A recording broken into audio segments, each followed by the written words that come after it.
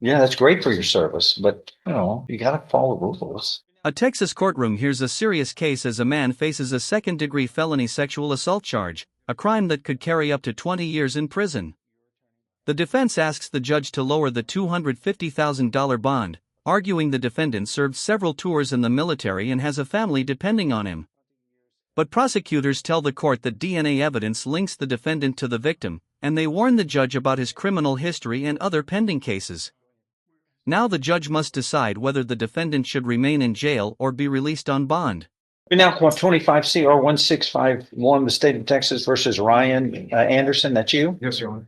Present with Mr. Samuel, your attorney, and the state's attorney. You were charged with the second-degree felony of sexual assault according to this indictment, which carries with it up to 20 years in prison. And what do we do today? This is a bond. We're asking, You okay, Bruce? Yes, Your Honor. All right. yes, Go ahead. we're asking for What is it right now? 250,000. Okay, okay.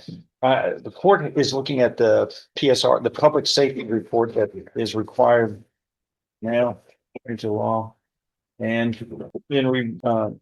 and also the circumstances of the crime are part of the equation. The indictment, which was handed up on November 5th of 2025, last year, a couple of months ago, it states that you committed a second-degree felony of sexual assault by penetrating the sexual organ of another person without their consent and penetrating the mouth of another without their consent with your sexual organ. Those are two different sexual offenses rolled into this allegation. So there are two different crimes of sexual assault that are part of this indictment. Do you understand? Yes, Your Honor. Then criminal history. Do you have much of a criminal history? No prior felony convictions. I beg to disagree. In 22, it looks like he was convicted of illegal possession of a controlled substance, a third-degree felony, sentenced to 10 years, and that was probated for 5 years. Then, let's see, looks like there was a second conviction of illegal possession of a controlled substance, confined 10 years, and probated for 8 years. And it looks like that was out of the same arrest. Then he was also put on out of that arrest, illegal possession of marijuana, Class B misdemeanor, deferred probation for 15 months. And Felony or misdemeanor? Misdemeanor. yeah, it was Class B, it looks like. Then there was a Class A misdemeanor that he was deferred for 15 months probation. This is all out of the same event. Then a misdemeanor deferred for unlawfully carrying a weapon, 15 months probation out of that event. So he had a weapon with the drugs. Then let's see, earlier in March of 2016, it was domestic violence charge. It looks like a misdemeanor assault on a family member. He was sentenced to 1 year confinement, probated for 2 years. Then it looks like in October of 2011, unlawfully carrying a weapon, a misdemeanor, 2 years probation, and I can't tell if it's deferred or not. It just says 2 years probation. But we have two convictions of regular probation in 22, which means that you're not eligible for probation if those indeed are accurate. And the public safety report is being referred to, and it's part of the record for the purposes of this bond hearing. I've not seen it yet. Okay. So No, same only the judges. sexual assault a nurse examiner's kit was performed on the defendant. Is that right? Or is That's on the victim. that's on the victim? I'm sorry. Yes, sir. And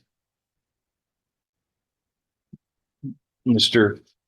Anderson's DNA was shown up, was Yeah. matched to substances found on the lady. Yes, sure. Okay. And so I can see this one's going to be, Try. was it consensual or not? Yes. But this also says she was very intoxicated. Okay. Yeah, please go ahead. Can't take advantage of a lady. No. Not We supposed to understand. take advantage of a lady. Sometimes things are not as they're legal. Well, it's not as though he hadn't been in trouble before. May it please the court? Go ahead. Your Honor, again, the bond is presently set at $250,000. We believe when we have the opportunity to present this case, there will be some understanding to the case. However, at this time, he's being held in the county jail. He does have a job. He's been working. He's always worked since he got out of the military. And he served 4 tours of duty with the military. And he's been working in the community since he's been out. And When were you in the military? 99 to 2018 is long, 2017 for and how many 4 tours of duty? 4 tours not record. And when? During what period of time?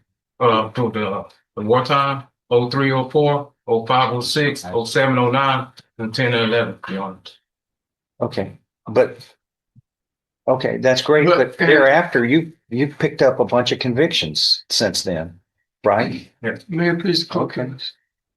Yeah, that's great for your service, but you got to follow rules. Go ahead. Again, sometimes things are not as they appear, but we believe, given the opportunity to prove himself in court, the court will see. However, we would like the court to understand he's serving. He has 2 children, minor children that is in his presence, and he has 2 adult children. His mother is present. He lives with her, helping her, as well as at the same time he's serving the community. There are several brothers from the Houston, Beaumont region of the Masonic Order, where he works very tirelessly with them. Can I ask them to at least just stand, those who are with him? Let me ask you, do any of you know anything about the circumstances of this case? Y'all weren't present at the time. You were present when this happened? No, I wasn't present. Oh, okay, that's what I want to know. Who was a witness? No witnesses? No Okay. witnesses. Oh. You may be seated. And the mother is present, and should he be released on bond, he will be staying with her because she is now raising the 2 minor children. Correct. And he has 2 adult children that also are help assisting her. Correct. Yes. He's willing to adhere to any bond amount any bond conditions, such as monitors or whatever. He's going to appear for court. And he's not a flight risk. He's from the area. He's been here. He lives in Nederland. And with that, he still has his job right now. Right. And he would be willing to adhere to any conditions so that he may continue his work so that he can raise his family or and that's what we're requesting this morning, that the bond be lowered so that he could at least go back to work and he'd adhere to house arrest when he's not working or whatever. What's they saying? Several facts. Number one, the bond condition, the bonds as it's set with its conditions, $250,000, a GPS monitoring, no contact with the victim, and it currently says must remain in Jefferson County. We believe that all that is just and proper. Why I say that, Judge, is that they mentioned his military, but the truth is that on April 30th of 2013, he was dishonorably discharged. And that was behind some charges very similar to this offense. As the PC suggests, there's an additional charge from 2023 for the same or similar conduct. So this offense that occurred when he was in Go ahead. Say the that. probable cause indicates that he has the same or similar accusation from 2023 that the state intends to bring into evidence as well, because behind the CODIS hit that was done on this. So It hadn't at been the ti- indicted though. no, sir, I'm just, Okay. I'm fleshing out some of the facts based upon what's been said. Two other matters that I want the court to consider as to why this is appropriate. The jail information indicates that he is being held by Galveston County for an unlawful possession of firearm by felon.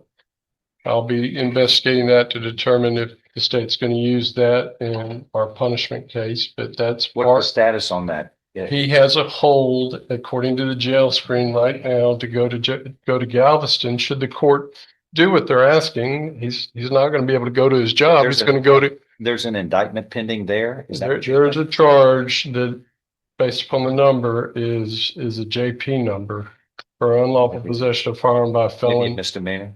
No, sir, it's going to be an unlawful possession of firearm by felon is a felony offense that he's looking to resolve in Galveston. Are you Additionally, aware of that? Yeah. No, Any I charges out of no. Additionally, what the court's already read out of there is he was on probation out of Washington County for the two possession charges that your Honor sees in your safety report whenever these offenses are alleged. So at some point in time, Washington County is going to as well want to visit with him about their own separate motions to revoke probation.